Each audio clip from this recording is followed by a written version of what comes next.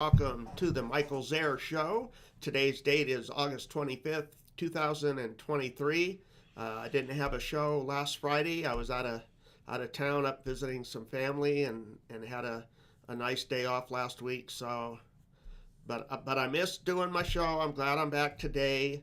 If my special guest veteran looks familiar to you, yes, this is Gary Linendahl, and I interviewed him and Wayne from Healing Heroes Outdoors, and that's a great organization. If you have not seen the interview for that, I highly encourage you to check it out. It's on the Warrior Healing Center Facebook page with all the videos up there, along with, I know it's on YouTube, Warrior Healing Center page, and a few other pages as well. But what's so important about that interview is that they talk to you about how they help veterans who have disabilities. With that, what most of them are. Yes.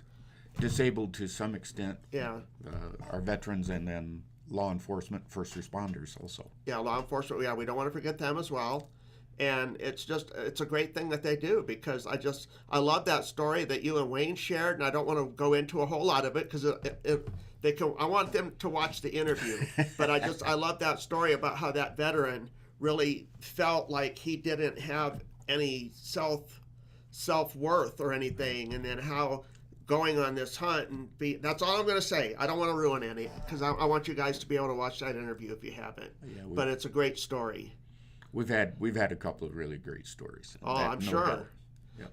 And I've also asked Gary and Wayne to come back in the future and share some more of the stories of some of the other veterans that they've helped, or first responders as well, because I think it's great what you guys do. I really do. We appreciate that. So, and I want to support you guys, and I want to get the word out and encourage people as much as they can to get involved with Healing Heroes Outdoors. So yeah. I always want to keep saying heroes helping, so I'm always catching myself. So because you do a lot of helping, right? Yeah, we do. Yeah. So we're going to talk about Gary's today, about his service and what life was like for him. So Gary, if you wouldn't mind sharing with us a little bit, what was life like? What were you born and raised before you entered the military? Sure. So I was born in a little town in upstate New York, about 50 miles north of Albany and very close to the Vermont border. Okay. I kiddingly say, but it's the truth, that we had more cows than people in the county. And, so, I come from that kind of a background. Right. And, as a youngster, just enjoyed being out roaming the hills. Like I say, it was a small town, so you could walk half a mile in most directions and you could be up in the woods. That's where I spent a lot of my time. Did you go cow tipping? No. No, never got into that. No. But yeah, hadn't heard that about in a long time. Yeah. But yeah, so small town, small class. Was involved in sports, and football is one that I just really enjoyed. What position did you play in high school? Was this high school? Yeah, high school ball there. I was the fullback and also defensive, what we called a monster defensive linebacker, which gave me a lot of leeway to go and line up pretty much where I thought the play might be going. So yeah, I thoroughly enjoyed that. The only thing I've enjoyed more is rugby. I started playing that when I got over in Europe, and that was a whole new ball game. But I really enjoyed that too. Anyway, so as a child, I thought our town was the most boring place you could be. I guess most teenagers and whatnot do. Right. And but looking back, what a great place to grow up. It was the kind of place where you go to the local farm, whether it was a potato farm or chickens and eggs and whatever, or a little roadside stand, and nobody was ever there. All the stuff was there. The eggs were in the coolers and whatnot, and potatoes were in there, depending on size bags you wanted. Right. And there'd be a sign, a handwritten sign up on the wall telling you what the price was. Isn't that something? And there'd be literally a cigarette box laying there, and that would be, you would pay, make change, and be on your way. And that's where even the little vegetable stands that you see, Right. Even those work that way. I don't think you could do that today there, but No. the fact that we were able to do it at all, to me, that's the kind of town I grew up in. Because they had a lot of values and instilled a lot when you were growing up, and trust, and you knew who your neighbors were. And Oh, absolutely, Yeah. yeah. And it didn't, not unlike today when it could be your neighbor, but if you don't see politically the same way, that seems to be a, knife through the heart. Right. There was none of that. I mean, you vote your way, we'll vote our way, and hey, if we need to fix each other's lawnmower, we'll go do that. And it was just a much easier time, I think. Yeah. Anyway, that's kind of where we grew up, and like I say, grew up hunting and fishing, and just They had being a good country fishing kid. back there? Oh yeah. Did they? Yeah, trout fishing especially. I am a stream fisherman more than a lake fisherman, because there was a stream right directly across the street from us, White Creek. But then the Battenkill River was a fairly famous trout stream, and yeah. So for me, trout fishing in streams is still what I like. When I take my grandsons out, when we go up to Alpine, up to the East Fork of the Black River, they stock that with Apache trout, and they're beautiful copper-colored fish. But I'd rather be walking a stream bank, Right. fishing holes, than I would in a boat throwing a lure. But that's that. Anyway, that's kind of where my background is, and I think where a lot of my values and whatnot, I try to hold on to those and pass them on to my kids and grandkids. And Very cool. anyway, that's kind of it. What led to you joining the military? I'm guessing you graduated high school, right? I suppose I got to answer this honestly. Not all those lessons that I was taught did I actually follow that closely when I was 16, 17, 18 years old. So some friends of mine got in some trouble, and I happened not to be with them that night. I was probably with the girl that turns out to be my wife of 53 years, Cheryl. Wow. So you've known her that long, going back to before? Well, we've been married 53 years, but she lived just up the street from me. We played. Oh, that's cool. We played hide and go seek. We played flag football. We did. Wow. She was a good athlete. She really Wow. was. Still is. She still plays senior softball at 74 years old. Way to go, Cheryl. So anyway, she's been my rock throughout life. But yeah, so we used to hang out at a gas station, the Sunoco station, and Good old Sunoco. yep, Frank Blank was the guy that was there, and I don't know why he let us, I'll say hoodlums, hang out there. I'm sure we didn't do his business any good. But when all this issue happened with some of the guys, he pulled me aside one day and he said, "You need to get out of town." I had just graduated that spring at high school, and he said, "You need to get out of town." He said, I've got a recruiter friend, Army recruiter friend, and he's going to be here Monday. Now, you got to understand that Frank was not just the owner of the station, he was also the justice of the peace. Okay. So he arranged for this recruiter friend to meet me, and he was there at 9 o'clock Monday morning, and that's how I got in the military. And what year was this? This was in 68 that I first met him, but I ended up going in April of 69. So Vietnam was still going on at the time. Vietnam was going full-fledged, and I got through basic at Fort Dix, New Jersey. and then just went up the road 50 miles to Fort Monmouth, which is now closed. Right. And I spent a year there, just shy of a year, going to school. And then I also got married during that process. And what was your MOS when you went to Fort Monmouth? Well, I was going for 36 Hotel. That's what I ended up training for, which was a dial central office repairman. Okay. Inside equipment at telephone exchanges, basically. Okay. And so learned that, then took an extension course, had the wife come down during that time because everyone that had graduated from that extension course had gone to Vietnam.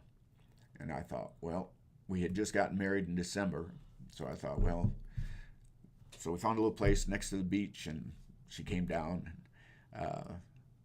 I was fully expecting I'm on my way to Vietnam because that's just the way everybody else had done. Right. And there was 3 of us, 36 hotels in there, and 2 went to Germany, and I went to Okinawa. Okinawa. Yeah, all Wow. the other 37 folks all went to Vietnam. Luck of the draw, I guess. Yeah. So yeah, I went to Okinawa, and that was my first overseas assignment. And when you talk about culture shock. Well, I was going to ask you that because here you are, a young man. You grew up in East New York, or was it East New York? Did you say? Or? Yeah, east part, right along Vermont border. Yeah. And so you're growing up there in that small little area, and then you're going to a whole different community, culture, lifestyle. I mean, it was interesting. I loved it. The Okinawan people were terrific, but yeah, when you go to the market, and again, I'm not casting dispersions at any of it, but it's just a difference in culture. A benjo ditch was basically a small open sewer. Okay. You'd step across that to get to the vegetables lined up over here, and that was hard to get used to, that kind of stuff. But anyway, we survived and met some great people over there. Had a great assignment. Made some rank gloves there, so we had to pay for Cheryl's way over, because we were not command sponsored at the time. And they didn't. Did they have base housing or anything in They Okinawa? did. They did, but it was so, the wait was so long that we ended up going on the economy. Okay. Even after we became eligible for base housing, we still stayed on the economy, and that was fine too. We had great neighbors. What was your first place like? It was a little apartment on the second floor, and Papa-san lived down in the bottom. Our renter, very, very nice guy, very, very cooperative and very helpful. We paid $110 a month, and that included utilities and everything. Wow. And so we lived there for quite a while, and I got stationed a little farther down on the southern part of Okinawa, part of the Ryukyu Islands there, and got into my first basic leadership position there. And so I moved a little closer, and we moved into a two-bedroom house, 1 story. We paid $90 a month there, and that's where we stayed until we left and headed for Germany, and as time went on. But yeah, that was a great assignment. It was so unusual to see the difference in the social aspects and what was expected, what wasn't expected, the different holidays that they had. It was an eye opener for me. It was a lot of fun. Our first son, or my only son, Todd, was born over there. Okay. And in Camp Cooey Hospital. So we had our first child there, and then when we got to Germany, we had our daughter. But yeah, so it was just a good experience.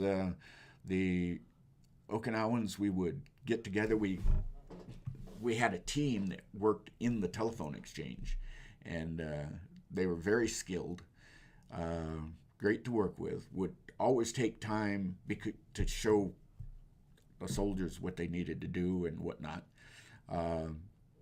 What we also did, usually about a monthly barbecue, where the Ryukyans, the guys and their families, and then all the military and our families would all get together at the beach somewhere, and they could barbecue. Yeah? Yeah, really good. They did the pig in the hole. They would, it was just it was a great assignment. All my assignments were. Yeah. Yeah, that was the biggest culture shock.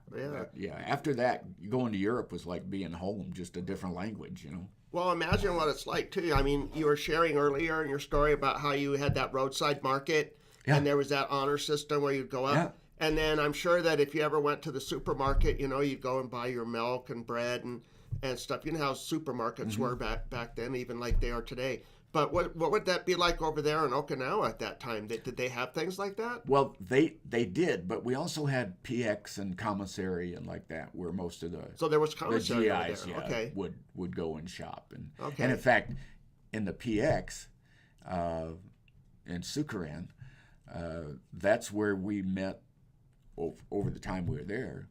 A couple of different people that we went to high school with. Oh my They didn't know we were Wow. there. I didn't know they were showing up. And Cheryl, I remember we were in there one day, and Cheryl says, "You see that guy over there?" Yeah. He said, "Wait till he turns around." She said, "It looks like Paul Coffinger." Sure enough, and Wow. he turned around. It was Paul, and Paul and I had played football in high school together. What a small world, huh? Yeah, no kidding. So yeah, we got to know, and he was married, and so we got to be close friends with them. We often would go out. Cheryl, luckily, was not much of a drinker, but Gail and Paul and myself would do damage to some old cold duck, because that was about the cheapest thing you could buy at the NCO clubs. But yeah, so anyway. And then Claude Barton was another one. He was actually in Cheryl's class. We ran into him over there. It was just Oh my gosh. just nice. Yeah, I mean, That's not crazy. Yeah, really not expected at all. Yeah. Absolutely. I mean, it would be weird to run into somebody from your own state over there, let alone somebody that you went to high school with and stuff. Yeah, and when you think how small that was, our graduating class, it was a central school. It took in 5 little townships. Cheryl had the largest graduating class at the time, 54. Wow. And out of that small group, to run into folks over there, pretty unusual, but it was fun. So where did you go after Okinawa? Where was your next assignment at? Yeah, next assignment, we re-enlisted overseas to overseas and went to Germany. Okay. And we had made some good friends on Okinawa, Raggy and Sandy Van Cleef, and they've since gone their separate ways. But we were both leaving about the same time. So Cheryl and I took them to the airport, and he was headed for Germany also. Oh, wow. Same place in Well, Germany? Or? no, just going to the replacement station. Okay. So neither one of us knew where you were headed to. Yeah. So we didn't have that luxury. So they go, and Cheryl and Sandy stay in touch back home, and I go over, get processed in, attend a short school for the German telephone equipment, and trying to find housing, getting Cheryl and Todd over there, and staying in touch with Cheryl, and I say, "Hey, do you know where Raggy is?" And she says, "Yeah, he's stationed in Frankfurt." And I said, "Well," and I was stationed in Frankfurt then. I said, "Really? Where at?" She said, "Oh, I got his address." And so she gives me the address. Well, it was a street right out in front of where the concern I was in, and about maybe 400 yards up the road. Oh my God. And so I go in one night after work, and I asked the CQ, if he was in, blah, blah, blah. I told him what room. He said, "Well, go ahead and check." I go up, knock on the door, and Raggy answers the door. So we got together several times and continued that friendship while we were there. So, it is a small world. Yeah. Yeah, absolutely. And what was it like versus like in Okinawa. I mean, again, we're talking different cultures, Yeah. different languages, Right. different foods. But after having been on Okinawa first, and such an extreme difference, because we all pretty much have a European background. It's going back a few generations maybe, but except for the language, it seemed a lot like just being home. You know, I mean, it just didn't seem that big a deal. But again, we assimilated with the local people and the people that worked in the telephone exchanges, and did our telephone installations and all that kind of stuff. And I was going to ask you to kind of like give us an idea, take us through a little bit of what one of your normal days would be like on duty there. What your assignment would be. Well, I was in charge at different times of 3 or 4 different small telephone exchanges, and so we'd have a central office that we would use, and dispatch the guys to wherever they needed to be. At 4, 5, 6 guys that were really good and military, and so we would dispatch them to help wherever they needed, or to do local maintenance and that kind of stuff. We also had the civilians who were, again, very skilled, and they would go ahead and operate the equipment mostly because it was no longer American equipment. I'd mentioned earlier where we had to go to school, kind of get oriented to the German telephone equipment. It was still what they called step-by-step, electromechanical. It became it became an MOS that just went by the wayside as electronics took over. But these were operating with magnets and contacts and opening and closing contacts and dialing and on. So that the German workers pretty much took care of that. We would do maintenance, that kind of stuff, and did a lot of telephone installation and that kind of thing. So yeah, good job. And so I worked those exchanges for a year or so, and then got moved to the operations center, and got promoted. I got called into the commander's office one day. I was still an E5 when I got there, and I get this phone call from First Sergeant Riggins. Said, "Hey, and he's using and he was really a nice, gentle, good guy, and he's on the phone, and it sounds like he is just upset with the world. You need to get in here and see the commander. He needs to see you right now." And I said, "Well, I said, okay, So I go in, and I get in, and he's in his khaki uniform, which was unusual. And he says, "You better get in here. The old man wants to see you. Make sure you report." And I'm thinking, good God, what did I do? I can't.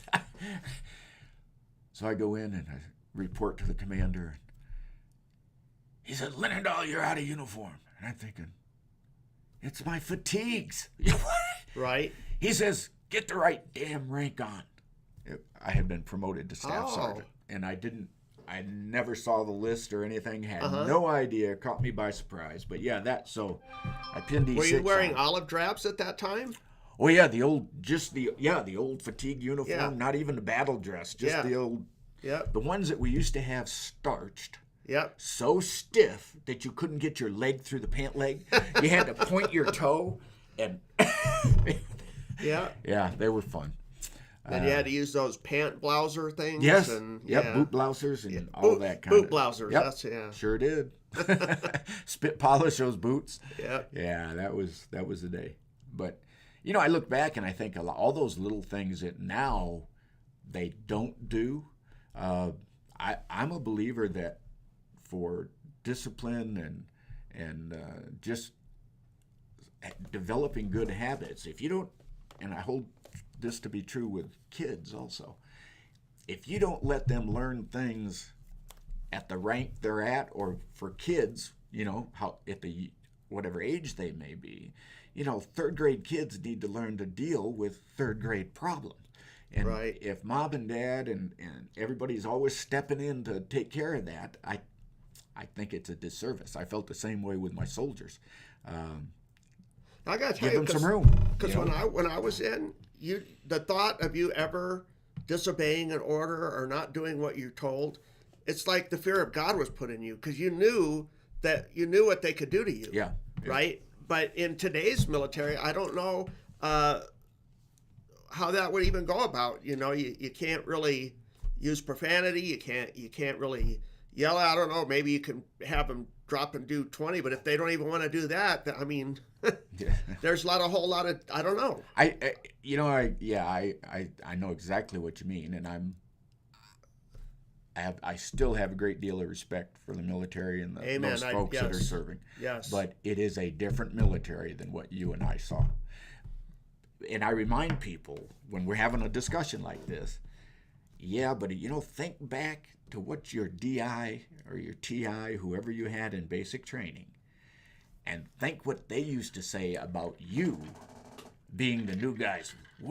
I remember getting off the bus in Fort Dix, and this DI drill instructor met us, and he is growling. He's, I've never seen such a sorry ass bunch of looking, blah blah blah blah blah. And we're all thinking, damn, I wonder what's wrong with this guy, And I see that as I was getting older and getting towards the end of my career, I found myself kind of thinking the same way. You know what? Those troops are thinking about us and the way we're doing things, right? Just like we thought about our DIs and people, and it's just a process. That's all. I'm hoping that the respect and the integrity and stuff is still there. Yeah. And I think it is with today's military, where they still do that, because you don't really hear a lot of, or I haven't really heard a lot of anything really bad disciplinary wise, as far as the military today. Yeah, with the less restrictions that they have. Yeah, it is different, but society's different, and we always the military reflects what's going on in society. Ain't that the truth? I was watching The Weakest Link, and I saw a gentleman on, and he was wearing a Navy woman's uniform. So that was a shock to see. But I mean, that's just today's culture. So you just is. Accept it for what it is, and I don't agree with a lot of those things, but it's not my job to judge anybody. Amen. So if that's what makes you happy, go ahead. At some their point life down the line, we'll see. It's their life, and if they're happy, Yeah, who am I to degrade that? And we were talking, about how the political environment and stuff like that with our neighbors earlier. Mm-hmm. And I had to reel that back as well, because for a while there I was making like political comments on my Facebook, and then other people that wouldn't agree. And it just, it turned into this really nasty thing. And I don't want that. I don't want to be like that. I want us to be able to, okay, well, if we don't have the same opinion, or we don't agree on the same thing, let's agree to disagree, respect each other's differences, and move on. Yep. And that's kind of what I hinted at earlier when in the small town we grew up. You didn't have to agree with your neighbor about politics or any of that, but you were always there for them, and they were there for you. And I saw that time and time again, so yeah. So I agree that I think it's okay.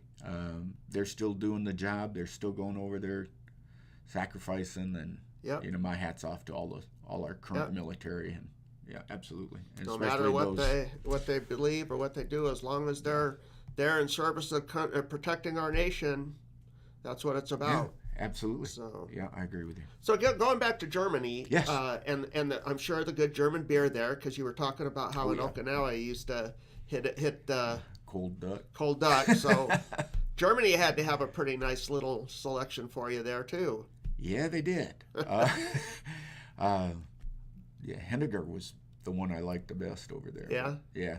But one of the things that, and I tell people now when they get on me about drinking a light beer, yeah, what the Germans taught me was that whatever you're drinking, enjoy it. That's really the big one. That's what I always come back with them at.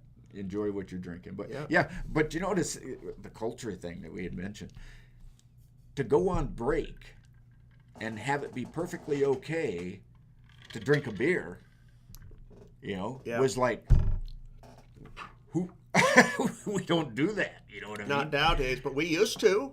Yeah. We used to. They had beer in Greeley Hall. Used to be able to go down in Greeley Hall and you could buy a beer and have a beer during lunch if you wanted.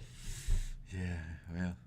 Of course, that was way back in the days, like some years ago. So where'd you go after Germany? Where was your next duty assignment? Yeah, in Germany, let me just it was a great assignment. We had our daughter, Nicole, was born over there in the 97th General Hospital. We all learned to ski over there. Oh, cool. Snow ski. Right. We're from upstate New York, but the fact is, skiing was something that our family, neither hers nor mine, could afford to do. You just didn't have the money to go do that. You go out and build a snowman or something. That was your recreation, or slide downhill. But we used to go to the Armed Forces Rec Centers. There was 3 of them back then. And you could get a ski week for like $125, and they provided the equipment, the clothing, everything, and the instruction, So we did that for every year that we were over there. Traveled around a lot. I will say that wherever we were at, when we came back, we did not save a penny. We came back not in debt, but we came back broke, because whatever tax return, whatever money came available, we took off and traveled and did things. Yeah, absolutely. Yeah. So, in fact, how old were your kids when they grew up there in Germany? How old were they at that? Well, I know your daughter. You said your daughter was born over there, and my son started preschool there. Okay. Yeah. So and then we were there a little over 4 years. So he was about 8 years old, 8 and a half, 9. Okay. And and Nicole would have been 4 or so, 4 and a half. But it was kind of different because Todd, when we went back from Okinawa, we stopped in Salem, and Todd and my wife stayed there. He was about 18 months old then, and I went on, and so we had to get the housing and do all that kind of stuff, and so it took a while to get them over there, but they did. But I wanted to show you something about that. What'd you bring? Oh, just some stuff.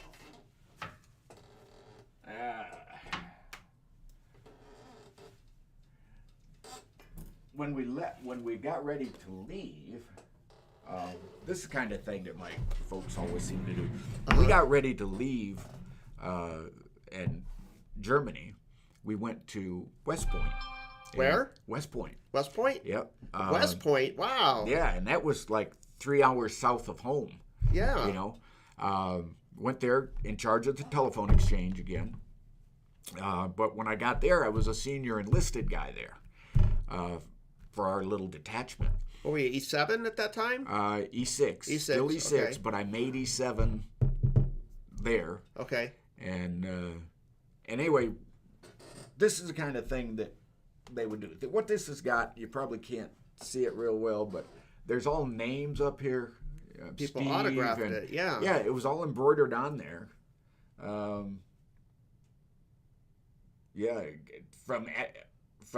the... Is that looks like that's their signatures, too. Yeah. Is it? Or... Well... Just okay, I see. This is right here. Yeah, yeah. He was our major. He was in charge. Wow. But that's the kind of thing that's what I that wanted is to so bring. Cool. There's a whole nother side to the military than what you may hear, and that's why I mentioned earlier. I'd heard about how the recruiting was so low for all the services, basically, and I thought, let me bring in some things to show you there's a whole other side. And we often talk about the military family and how they become your family. Well, when you have Thanksgiving and you're, 2,000 miles from home, yeah, the people you work with, the people you live next to, they do become your family, and you have just as strong a ties with them as you do your own family, And then so, you got people that are here in America that every time the holidays come around, they always say, "Don't forget the military." We always, Yep. do things to try and honor them that are overseas that are serving. Sure, yeah. Yeah. So there's a side there that is lighter than what you may hear about. We still have people that they'd moved down from New Hampshire. We met the Kathy and Craig McCorkle Air Force guy, but I don't hold that against them. And we've known them for 40 years. And they visited. They wanted to get out of the snow up in New Hampshire. And so they're living down here. Last fall, my wife had some of her old softball buddies from the Netherlands. They played slow pitch. And myself and Jean Grigsby, whose wife was one of the girls that came down, there was 4 of them that got together. First time some of them had seen each other in 40 years. Wow. So, and now, October 1st or 2nd, we're going to meet up with them, husbands and wives, and Branson, and try to get, well, mostly to see each other first, but then try to plan a reunion for AFCENT, because that's where Allied Forces Central Europe, that's where we spent our second tour after we left West Point. We went there. And again, that's 41 years ago, and we're still friends. And so that friendship carries on, so it's just another family that you have. And that's what I love about Facebook, is it allows you to find these people that maybe Absolutely. you've lost touch with. Yep. And be able to reach out to them and coordinate with them. That's one of the Absolutely powerful, does. positive things that I do like about Facebook. But so when you're in West Point, and then you said you made the E7 list, what was your next duty assignment after that? So we left West Point.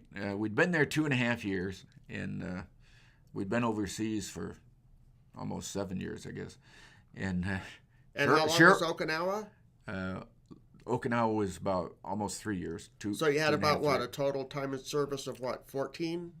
Oh, no, I had, let's see, we had, at that point in time, we had, 10, 11, I guess. Came in 69. So, 79, we were leaving to go, so that would have been 10 years that I had then. And headed for the Netherlands. Another tough assignment, but somebody's got to do it. Right. So we all went there together, and you got to take your wife and your family? Yeah, we all moved, we got put in a hotel, which is where we met Kathy and Craig. You could stay 60 days in a hotel, and you were looking for a place, because there was no government housing. It was all just on the economy. There were certain areas that you could get to where most of the landlords in that area rented to the military. So, and that's kind of where we ended up. But yeah, so that took a couple months to get housing. Then I went to work in what they called the Central Region Signal Group, CRSG, project manager, and boring job. I think because it was the first time that I had not been in charge of people in a long time, and I enjoy being in there and working with the younger soldiers and whatnot.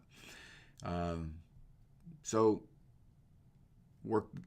stayed there for a while, and then the first sergeant position came up, and so I was on the E8 list.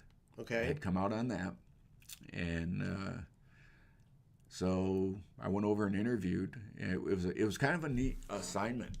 there was about 400 people in the unit, but they were spread from Bremerhaven in the north down to Stuttgart and south of there in Germany on the mountaintops, because what they were doing is this is in 79, 80, 81.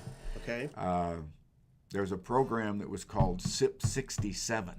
And it's Communications Improvement Program, and 67 is when it was started. It still was not anywhere done all those years later. 20 years later. Almost. Yeah, you No. know, things did not move quickly Yeah. in Allied Forces Central Europe. But so we went there. Where was I going with that? How you were Brain in charge fog. of like the 400. Yeah. Oh, yeah.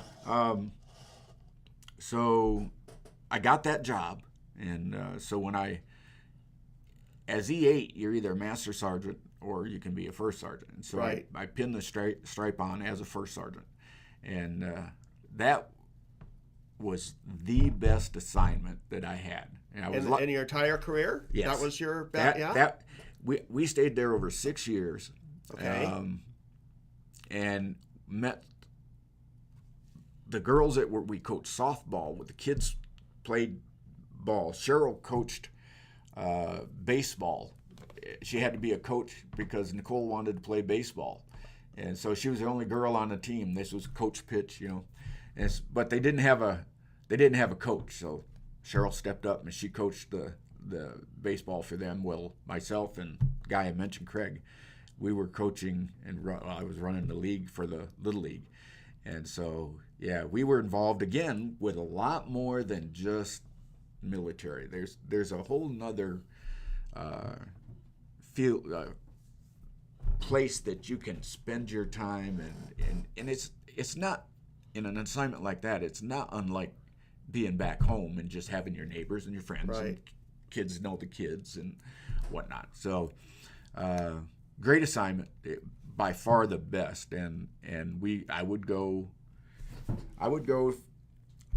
One of the things that I noticed, and I was pretty big on physical fitness, and I noticed that a lot of our soldiers that were working for other nationalities, because what we had Army Element was just the headquarters.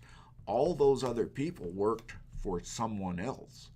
And that was from the mountaintops in Bremerhaven down to Stuttgart, and locally and in the offices, the MPs. It was a mix of,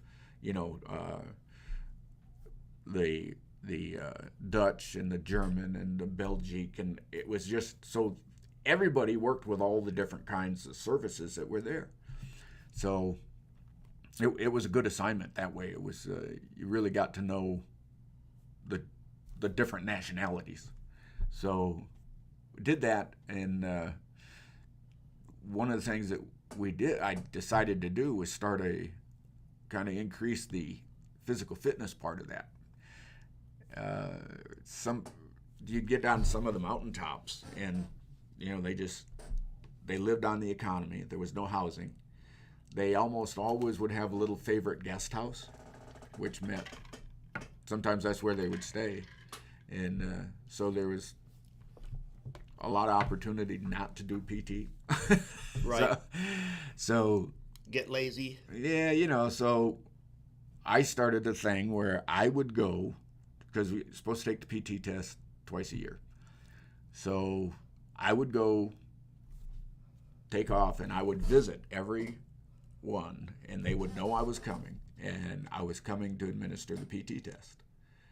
And so that motivated them a little bit, because the first sergeant was coming to do PT, and so, but I would do PT with them.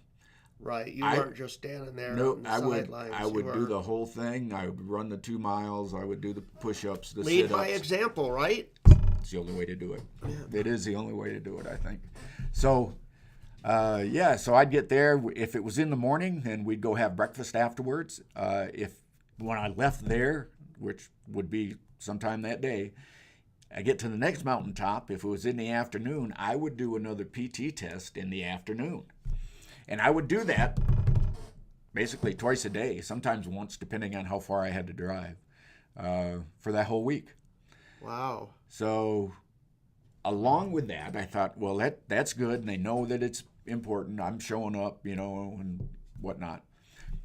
But, right back. Came up with an idea. I don't know if you can see that, but it says AFRT, Army Physical Fitness Test. Excellence 300 Club. 300 was our maximum score. And U.S. Army Element after the Netherlands. And so I came up with these shirts, and I had a real good finance guy that got them all paid for. So if you scored 300, you became a member of that and got this shirt, and it was kind of a big deal. Wow. I don't know if it carried on after I left or not, but I dug this one out the other. I hadn't seen that shirt in a long time. And so I dug that out. Would it be cool if they were still doing it today? Yeah, it would be. But yeah, that's chances are small. But anyway, so it was a great assignment. We visited again. We had more money to spend, and we spent it. And we traveled all over Neuschwanstein Castle, the one that you see on the front of Walt Disney World's when Tinkerbell flies around there. Right. That's Neuschwanstein. There, and just traveled all over. And then we left there, and I'm trying to think now. Oh, we were there a long time, though. Well, you said, 6 years, right? Yep. And this is the last shirt. This was a shirt that my office gave me. First shirt. that was when I had made First Sergeant. First Sergeant? Yeah. So that was. But anyway, great bunch. I got to tell you, I worked with.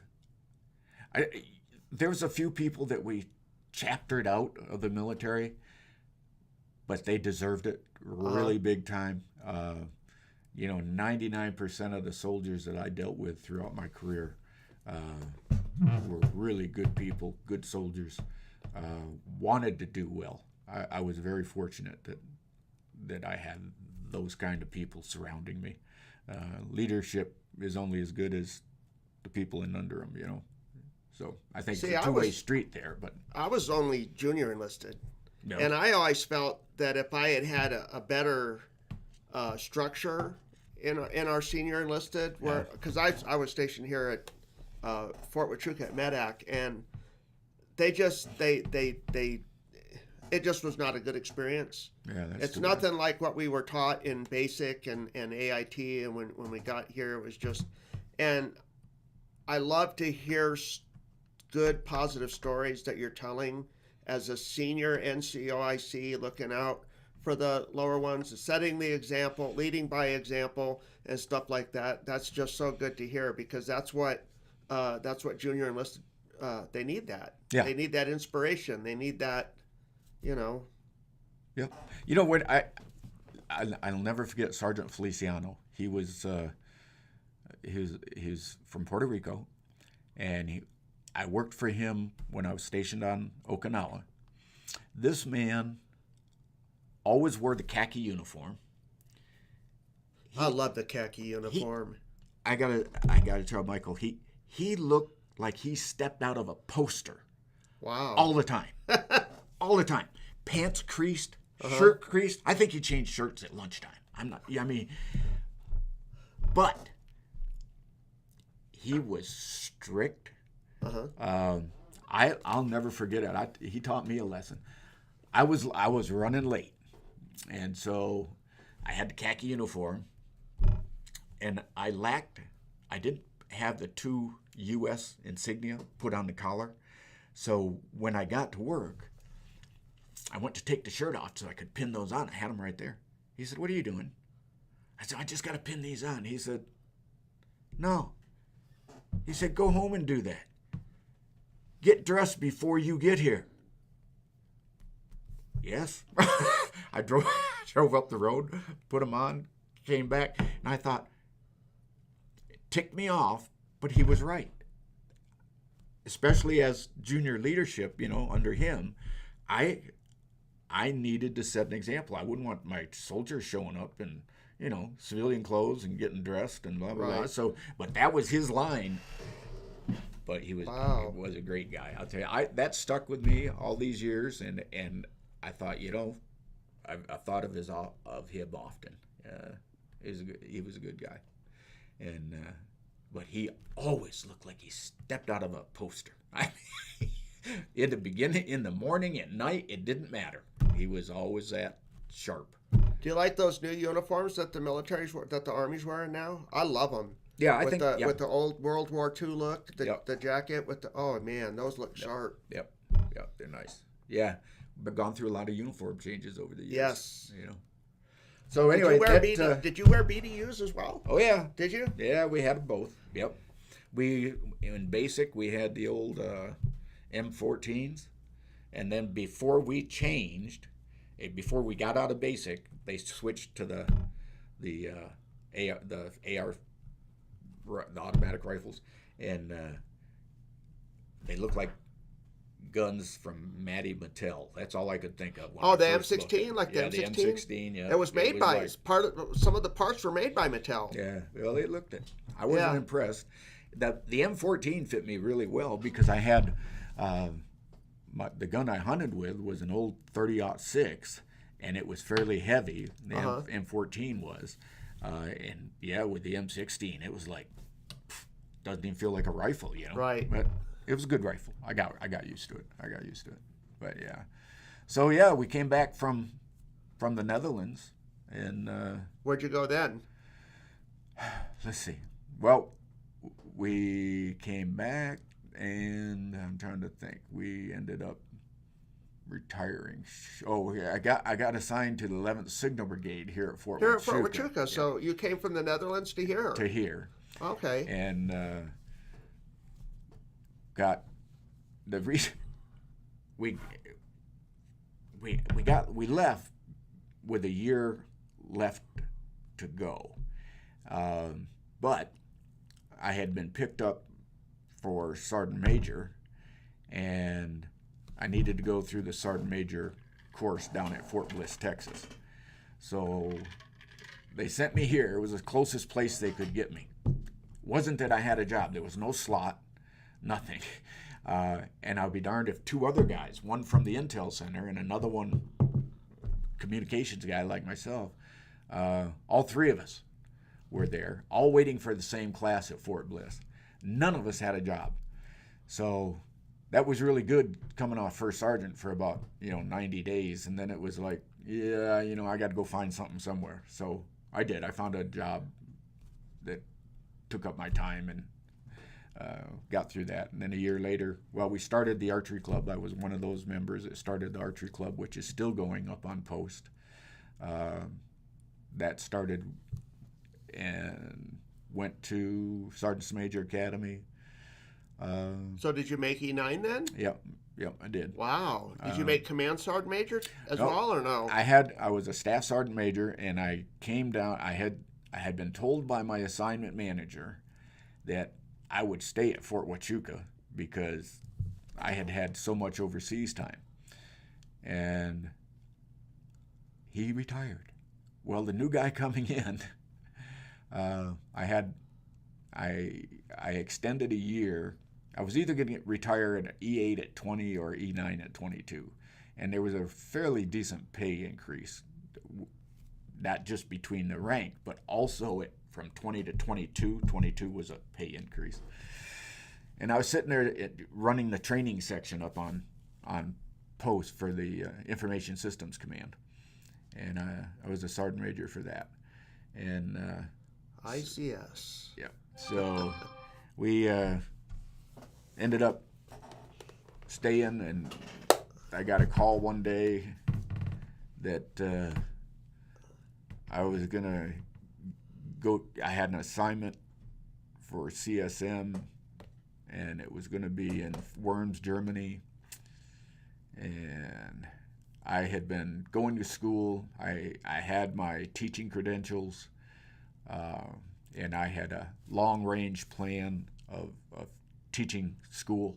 Okay. So I had been working towards that, and I was just really, I was in the bachelor's was done, but I was just finishing up a master's program. And so I went down and put in my retirement papers before I got officially notified of that assignment. So you retired with how many years in? 22. 22 years, 3 months. I ended up, it was during, I was supposed to retire in April. It was going to be pretty much an even 23 years. But the first Gulf War happened. And of course, it didn't last very long, but that got many of us extended, which was no problem whatsoever. And so I didn't, instead of leaving in April, and that war, if you remember, it was like a 4-day war. It was over with. Well, it seemed like when the signal, if I remember correctly, it seemed like when signal was pulling out, as soon as they were pulling out, they were coming back. Yeah. So we ended up staying until I retired in July instead. So it was no big deal. But yeah, so then and you and Cheryl liked it here so much, you stayed, huh? You know, when we came from the Netherlands, if you had 3 days of sunshine in the Netherlands, that was your summer. You just count on it, because it was the rain would come in off the North Sea there, and clouds, and that's just the way it was. We carried umbrellas in the car all the time. If you're barbecuing, you just pop the umbrella, because if you didn't, you'd never end up barbecuing, because it would be raining a lot. Not heavy, just enough to get things wet. So yeah, we used to joke about that. That was our, 3 days of sunshine. That was summer. We got here and it was in January. Well, typical January's here. Bright blue skies and sunshine, and it was like, whoa. And Cheryl decided, and I also liked it here, so we decided we would stay. Bought our first house and whatnot. Still have it. So what year did you retire again? So I retired in, let's see, got here in, it would have been 92. 92? Yeah, 92. Yep.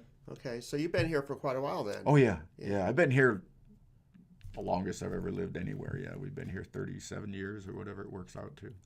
So, yeah, raised the kids here. And so did you end up teaching here as well? I did. I ended up out at Palomino School District. Okay. And Gene Bruss was the superintendent out there, and I remember I did a lot of subbing, and I subbed in all the different districts around just to kind of see where I wanted to go when I got ready. And Palomino School District was the one I had wanted, so I kind of concentrated my substitute teaching down there. So I got to be known there pretty well, and so my principal, Enid Hunter at the time, said, I need you to put in for a job. I said, but I don't have my certification yet. She said, I didn't ask you about your certification. I said, okay, so I go and put in for a job. Well, the next thing I know, I get a call from Gene Bruss, the superintendent, and he says, hey, we're doing some interviews. I'd like you to come down. Yeah, okay, no problem. So I go down, and I had written an article in a bow hunting magazine, and it got published, and it was about hunting elk in really hot Arizona weather, and some tips and tricks and things. And so I go in and I sit down, and there's the magazine, and it's open to that page. Well, Gene Bruss was an outdoorsman from the get-go. He had been to Africa a couple of times. He had been here. He had been there. They had a great program taking kids, 8th graders, because we only went to junior high, kids that had not had to go see the principal or any of that stuff, 8th graders, they could go on this trip, Bavispe River trip, and it was a big deal. So we would do that. He would get it paid for by Zebco. He knew the president of Zebco. He would get rods and reels and lures, bags of them. And everybody got a free fishing pole, the students and the adults, and bags of lures, and then they would give out prizes, and that was more fishing poles. Anyway, Gene was quite a guy. He'd been the superintendent down there for 30-something years. So we get talking, and he asked me about that. And that's when I started to realize. So we talked for about 45 minutes, and it was all about hunting. And finally he asked me one question. He says, I got to ask you, why at your age do you want to become a teacher? Good question. I said, well, be honest, Mr. Bruss. Now that I have a military retirement, I can now afford to be a teacher. And he looked at me and grinned. He said, yeah, you're right. So I was late getting in to see the principals, but I got in there and saw them, and I got hired. But Gene said, look, he said, because he knew I did not have my certification. He said, I need a commitment from you that when I call you about a month before school starts and offer you the job, that you're going to be there to take it, that you won't have taken a job somewhere else. Right. I said, this is where I want to teach. Yeah, absolutely, in this district. It was just that country feel, I mean, it was. What grade was it? Well, ended up it was third grade. Third grade? That's what my wife teaches at Bella Vista. Yeah. Is that right? Yeah, I taught third grade for 13 years down there. So, sure enough, about a month before school starts, I get the call. And I go down, and he has gotten me an emergency certification because he couldn't fill the position. Okay. Gene knew how to work the system. They would give him that. So he said, but here's the kicker. I can't do this 2 years in a row, so you're going to have to finish off your credits between now and next. I said, okay. So it was a busy year. I had made up my mind that I did not just want to be a good first-year teacher. I wanted to be a good teacher. And that's what I strive for. And so I got I made 19 credits that year. There was times I would get to school in the dark, and I would drive home in the dark. It was just, but hey, it paid off, and I had a great time. That's a whole nother story about teaching. And how long did you elementary teach school. at Palominas for? 13 years. 13 years? Yep. Subs, if I understand my wife from what she told me yesterday, get $150 a day now. Is that right? Yeah. Well, I got the 50. But yeah, so they've raised it quite a bit, and I guess they're really having a hard time. So if you're ever in a pinch for some extra money, Gary, I guess you could pitch in as a sub, right? Yeah, I got to tell you, I did not enjoy being a substitute. No. But think about it. You don't have to do the lesson plans. The other teacher does all that for you. I mean, because as a teacher, you had to do lesson plans and all that. So yeah, and I was always okay with that. My feeling was, and I had a great partner, my other third grade teacher, Margene Paxman. She passed away at the end of the last year we taught. Great gal, and her and I had a system where I didn't like math when I was in school, but I enjoyed teaching it probably the most of any subject because you saw immediate gratification. When somebody learned what 3 times 6 was, you could see the smile on their face say, oh, I know that. I get it. Reading and like that is a process. Right. It just takes time. And she was an excellent reading teacher. So we would divide our classes roughly 2/3, 1/3. And I would take the upper reading classes because most of them could read quite well. Then she would deal with basically the ones that were having struggles and needing extra help. But what we did, that class would be smaller than what we would normally have. And then we would switch. We did that for math, and then we also did that for reading. And so I had the lower math kids because I had lots of things I did different in my classroom. And she did the upper math. Okay. Well, what it did, it let the kids that sometimes get overshadowed, who knows the answer to whatever it is. And little Johnny, who's a straight A student, he's always got his hand up. But, little Billy sitting in the back, it takes him some time to think about it. We eliminated that kind of thing, really, because if they were a closer group, they weren't mixed in with the A+ students. It worked out great.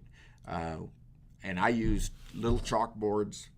Everybody had their own eraser and chalk. And so when I asked a question, I did not just call on usually one person.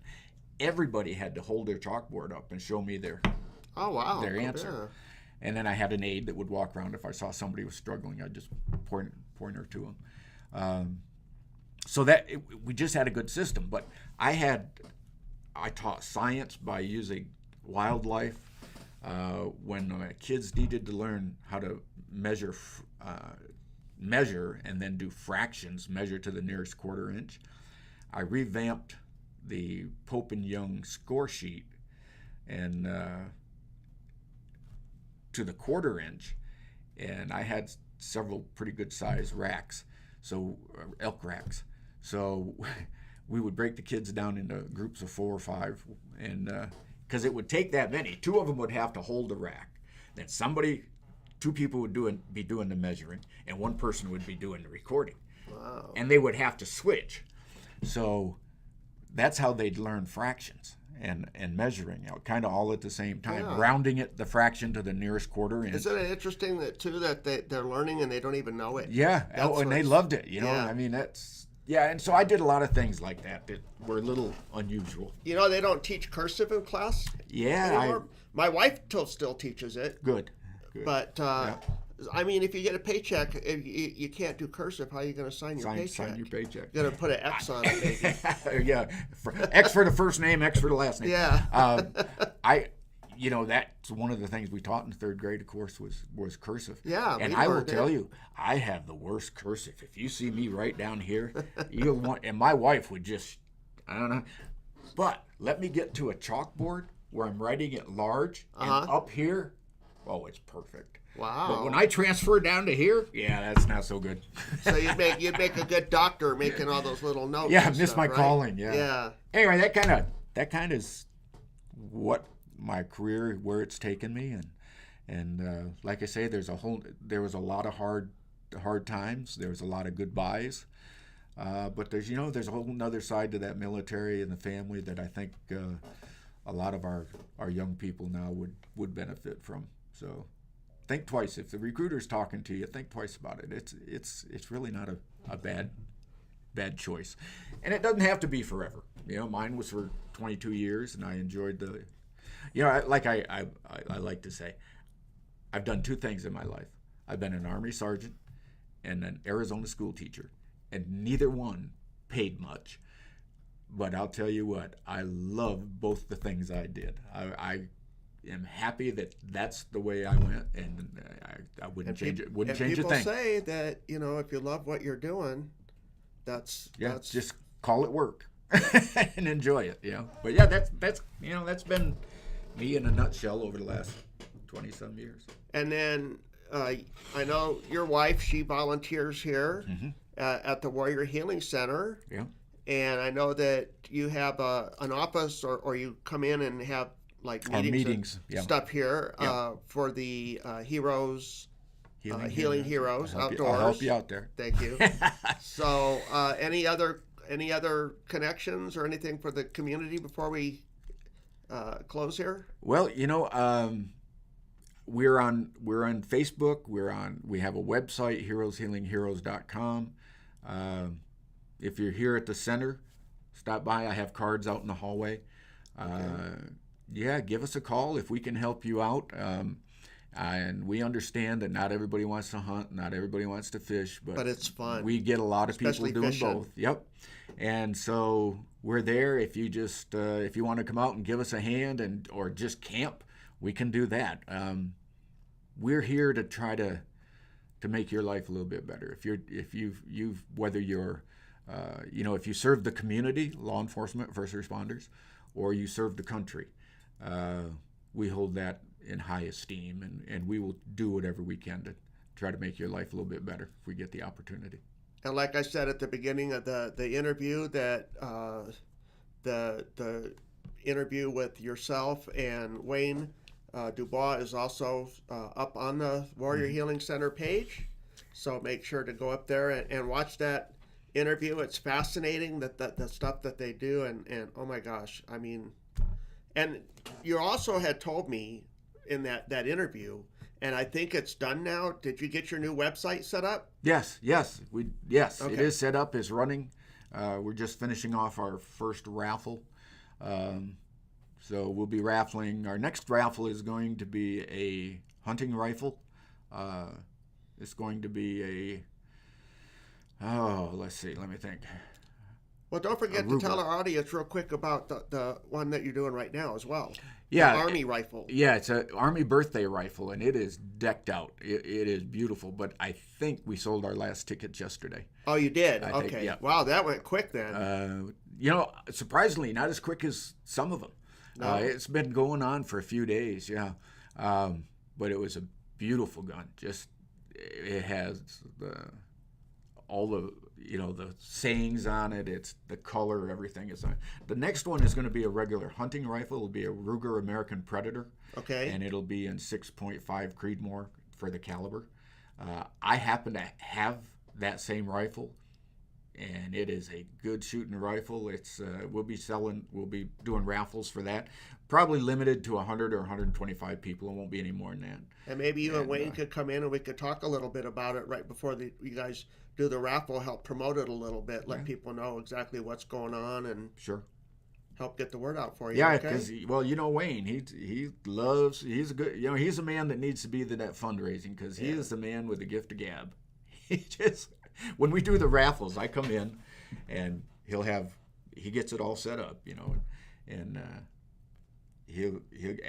I come in and I say, hi folks, blah blah blah blah blah, and I get out of the way and let him take over and just run the show, But yeah, Wayne's a good guy. Anyway, I've enjoyed this. Thank you so very much for coming in. Thanks to the audience and sharing your story with us today. And one thing that I really love about telling these stories is once we're done, this interview is saved forever on the internet. YouTube, Facebook, Twitch, Twitter, a bunch of different apps, right? Nice. And what's so wonderful about it, and what I'm passionate about it, is that when we're dead and gone, and if your great grandkids ever wanted to know, well, what did great grandpa Gary do in the Army, they could come on and watch the live stream and hear it from you. Yeah, I hadn't thought about that. That's pretty cool. So that's one of the things that I love doing these for. I got a few quick announcements I want to share with everybody here for upcoming events. I want to remind you, next Friday, September 1st, that means it's Fun Food Friday, starting at 11 o'clock, going till 1,500 hours. So make sure you come in and get yourself a good free lunch. And not only are veterans welcome, but your spouses. So please, by all means, come in and join us here next Friday for the Fun Food Friday.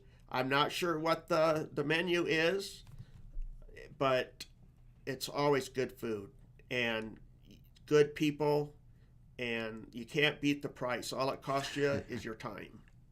So that's next Friday. So on Monday, August 28th, starting at 1,800 hours and going until 2,000 hours, we have the Legal and Finance Seminar, Veteran Benefits 101, that will be taking place here at the Warrior Healing Center in the main conference room. On Tuesday, August 29th, starting at 1,300 hours and going to 1,400 hours, is the Women's Domestic Violence Support Group, which will be taking place at the Warrior Healing Center's Military Library. Wednesday at 07:30 is our Velo Vet Sierra Vista group ride. They meet at the Pueblo del Sol Country Club parking lot. Also on Wednesday, starting at 17:30, going to 1,900 hours, we have the Wandering Wednesday, which is a perimeter trail, and it's going to be Miller Car Canyon. It's with Team RWB, and they're going to be meeting on East Miller Canyon Road. And I got a couple more here real quick. Let's see. And Thursday, 31st of August, starting at 1800 hours, going to 1930, is the Home Depot Loop Run Walk Ruck Team RWB, which will be taking place at Home Depot. And Thursday, August 31st, 1830 to 2000 hours, is the Warrior Headspace and Timing, which is a support group that they have here. And if you ever feel that you're in need of a support group, this is a great group to come in and sit in on and join in on. They're a great group of people. That takes place at the Warrior Healing Center's main conference room. And like I said earlier, we have the Fun Food Friday coming up next Friday. And that's all the events I have for you. I don't know who I'm going to interview next Friday. I'm going to work on it and see and get somebody lined up. If you would like to tell your story, I would love to be able to sit down here and help tell your story.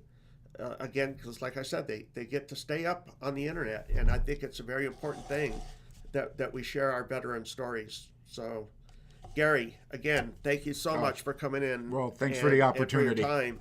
I appreciate it so much. I have to get Wayne in here one of these times so we can talk about his service too. On the extended version of your thing. Oh, that's going to take an hour and a half. Plan for about an hour and a half or 2 hours for that one.